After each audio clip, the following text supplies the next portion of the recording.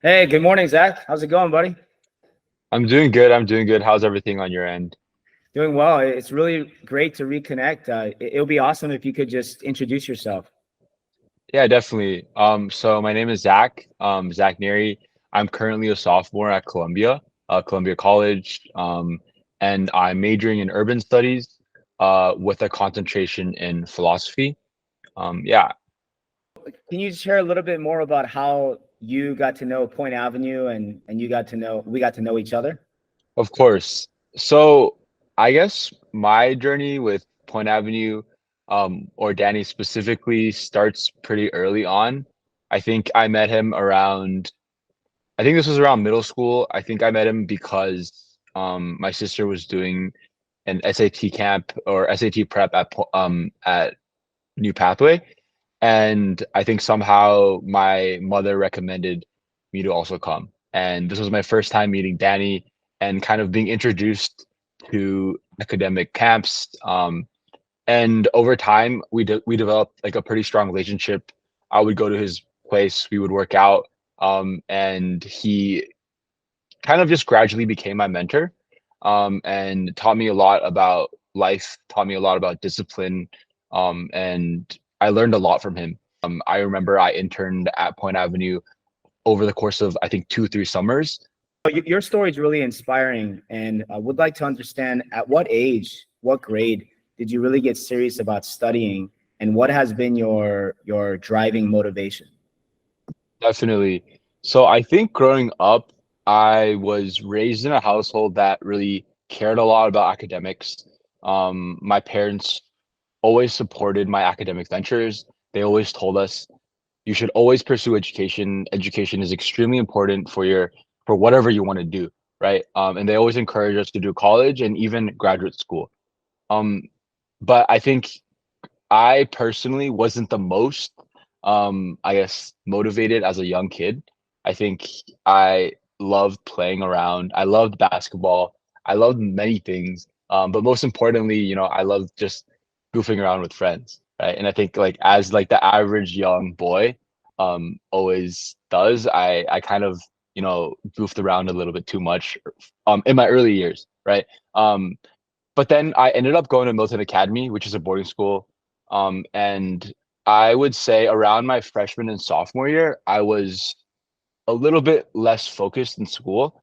Mainly, I think this stemmed from a combination of immaturity and also just a lack of motivation and a lack of a driving force. But I think around the beginning of my junior year, when I realized, okay, I think in order for me to actually do something in the future, in order for me to get into a good college, I think I need to begin trying hard in school. I need to get my grades up. And so I think that was my main driving force, especially in my early years, around junior year of high school. But I think as I've gotten older and now I'm a college sophomore, I think a lot of my, motivating factor just comes from, wanting to make my parents proud and also just wanting to make myself proud, right? Because at the end of the day, right, I think your parents can motivate you only so much. And, I think motivation can only come, um, you know, from external sources to a certain extent. However, at the end of the day, I think it's up to you, and it's up to you to find something that really drives you, right? And I'm still looking for a passion and still constantly exploring. But I think at the end of the day, I think I motivate myself every day to wake up and be a better person, and live a life that's meaningful. Just listening to you, that's a lot of wisdom there. It's incredible how much you have matured, and now you're no longer this scared boy, but a very confident young man. So I'm really proud of you. Yeah, your parents also have a fantastic academic background, professional background. I believe they both went to Berkeley. Your dad went to Harvard for graduate school, and your mom went to Princeton. Can you share with us, growing up in this kind of family and given this academic emphasis on academia and hard work? What were some of the largest hurdles that you overcame on your journey to where you are now? Yeah, I mean, I think one of the biggest hurdles was also, not really living up to my academic potential early on. So, I didn't say earlier, but I actually transferred into Columbia as a sophomore, and I think growing up in a family where academia is really important, I personally felt like I was a little bit of a disappointment, even though I think I tried really hard. I put in a lot of effort towards the end of my high school career. I think I was extremely hard on myself, especially senior year when I didn't get into some of the schools I really wanted to. And obviously, some part of it I knew was my fault, but some part of it was also out of my control, right, at the point. And so I think part of you know of what I learned was just understanding that life is full of ups and downs, and also life is extremely unpredictable, right? Never in a million years would I think that I would have an opportunity to study at Columbia, right? Never in a million years would I think that I would be able to transfer in as a transfer student. It really just comes down to being resilient, and despite the challenges, owning up to it and realizing that you'll make a lot of mistakes in life, you'll make a lot of errors, but it's important to reflect, take time to think about it. I think especially when I didn't get into a lot of the schools I wanted to during my senior year, I took a lot of time. I looked back, right? And I looked at myself and I was like, Zach, like, what is it that you really want, right? And what is it really that motivates you, right? And I think it's important to self introspect and realize that there are a lot of things in life, and you just need to push forward and keep going. And that reminds me, your life story reminds me of a song lyric where it's at first you don't succeed, dust yourself off and try again. And that's a story of resilience. Once again, just incredibly proud of you for not giving up, staying focused, transferring from another undergraduate program to one of the best programs in the world. So now you're well on your journey. What do you think in terms of your extracurricular activities and your character development helped you the most in your journey to get to where you are? I think extracurriculars are obviously very, very important. So I would say I focused on three particular activities during my high school year. So I did sports. So I was triple varsity at Milton. So I ran track, I ran cross country, and I played basketball. I also played cello. So I competed competitively, and I also hosted a concert during our COVID years. And then I also submitted recordings. I think I did similar things in visual arts where I created a portfolio. I entered competitions, won awards. I created websites. And I think the main reason why I personally felt like my extracurriculars were pretty successful was mainly because rather than spreading myself thin and doing multiple different activities, I really honed in and focused on a few, right? And excelled and try to make sure that I was excelling in all three of these. And I guess in terms of character development, I would say definitely just, being very humble. I think humble and humility was really, really important. I think as a senior, or during my first year applying, I wouldn't say I was arrogant or kind of like self-conceited, but more so I like expected to get into a lot of the schools, right? I think growing up in an environment where are surrounded by academic rigor and surrounded by parents who are extremely smart, you expect to get into certain schools. But I think as I've gotten older and wiser, I realize that it's extremely important to have humility, but also you can also be confident as well, right? So I think just understanding that you still need to work for everything in life, but you can do it in a confident manner as well. That's some really good advice, and I hope the families tuning in as they're listening to your interview really get inspired by your experiences and your journey. So how did Point Avenue, working together with you and your parents, help you define, reach for, and achieve your individual success? And I would say that the biggest factor and the biggest thing that Point Avenue really helped me with was definitely character building. I think one interesting part of Point Avenue and their kind of ethos is not just focusing on academics, right? Not just focusing on honing extracurriculars, but they really care a lot about the person, right? And I think this is something that separates Point Avenue from many other institutions and many other academic institutions, and that they really care about someone's character development, right?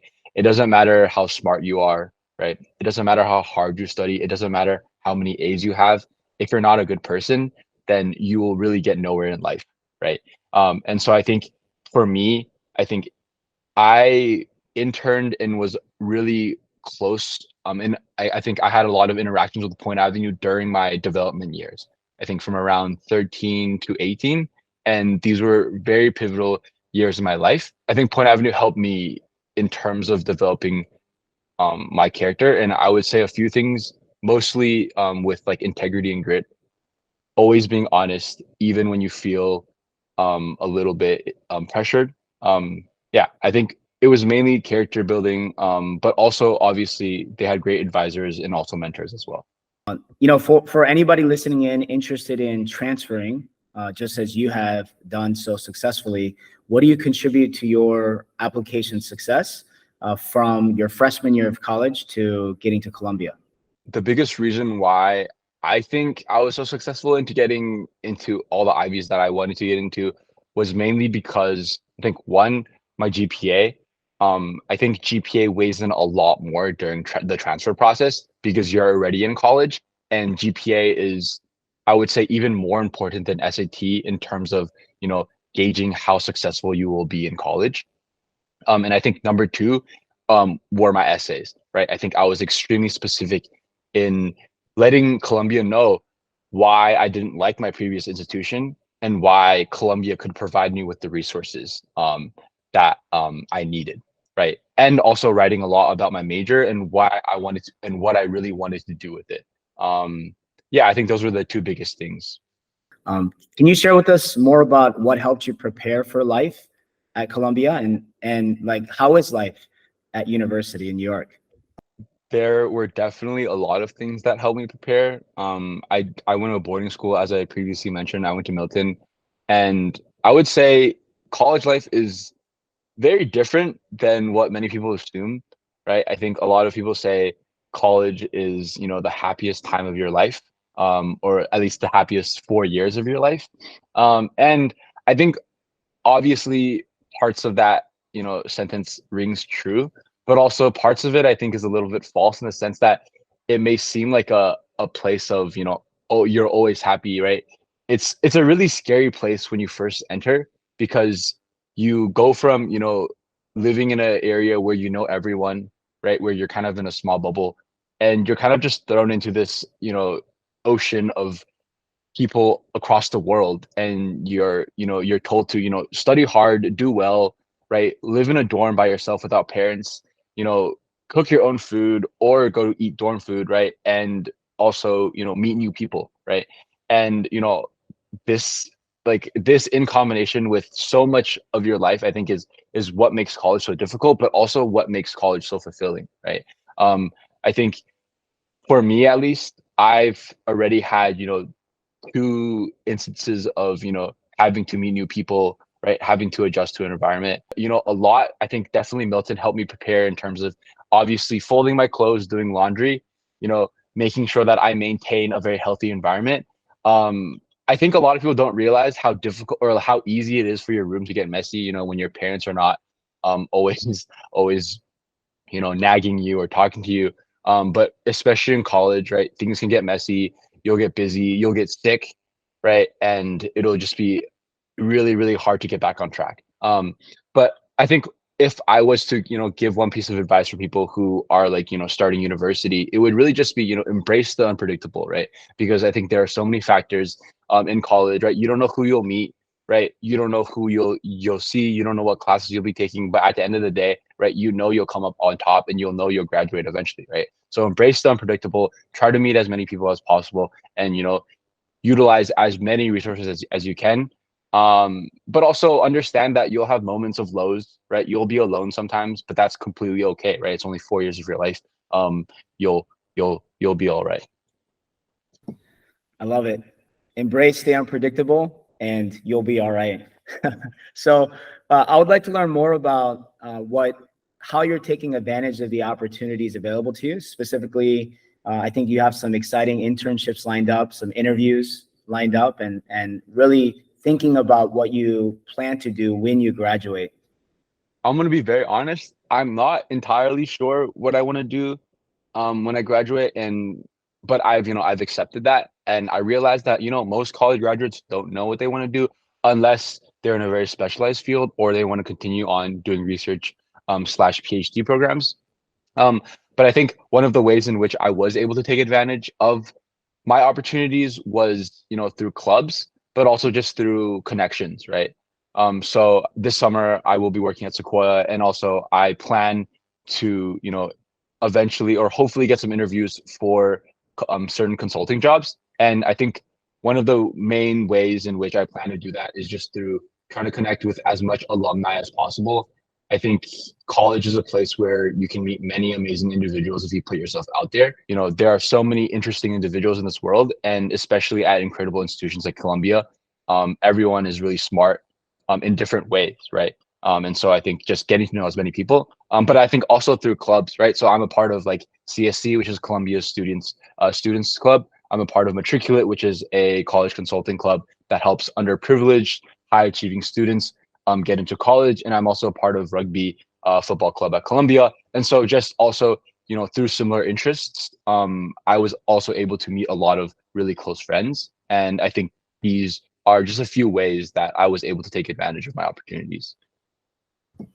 Yeah, that's pretty awesome. But I also hear a lot of humility as you speak. By the way, for the audience listening in, Sequoia Capital is one of the largest and most successful venture capital firms. And Zach also has some interviews lined up with the top 3, McKinsey, Bain, and BCG. So he's well on his way. Surely he'll find out and discover what he truly wants to do by the time he graduates. But summer internships are a fantastic way for students to explore those opportunities. Yeah, just 2 final questions. What skills or techniques did you learn during high school that you still rely on now? And then some final words of advice, parting words of advice for the audience. One of the biggest things that I still utilize now, and it's kind of become muscle memory, are my study habits.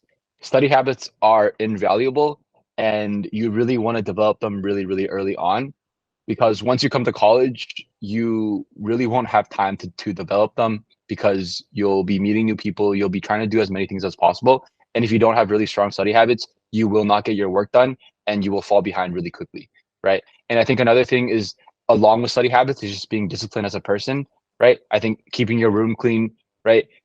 Just small things like that, folding your bed in the morning, right? Folding your laundry, just small things like that really keep you going and keep you productive. Going to the gym, keeping yourself healthy, eating good food. I think all of these things are really, really important, especially as a college student. And then I think finally, I would say maybe just maintaining a consistent schedule, right? Maintaining a consistent schedule, right? I think and in boarding school or in high school, you're kind of stuck in this. At least for me, I was kind of stuck in this schedule where we would go to school and we would go to sports and then we would study.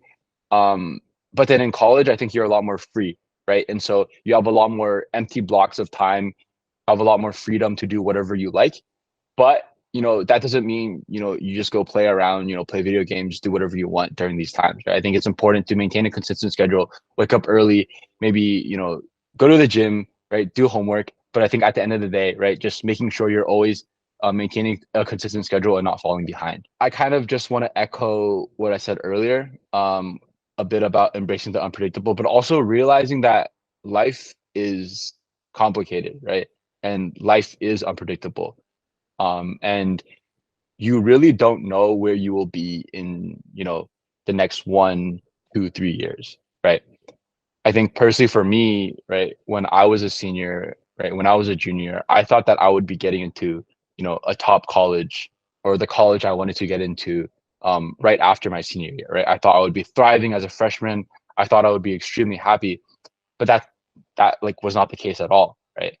I got in as a transfer student and I'm at Columbia now. And I also thought Columbia would, be an amazing place full of, amazing people. And obviously that's true.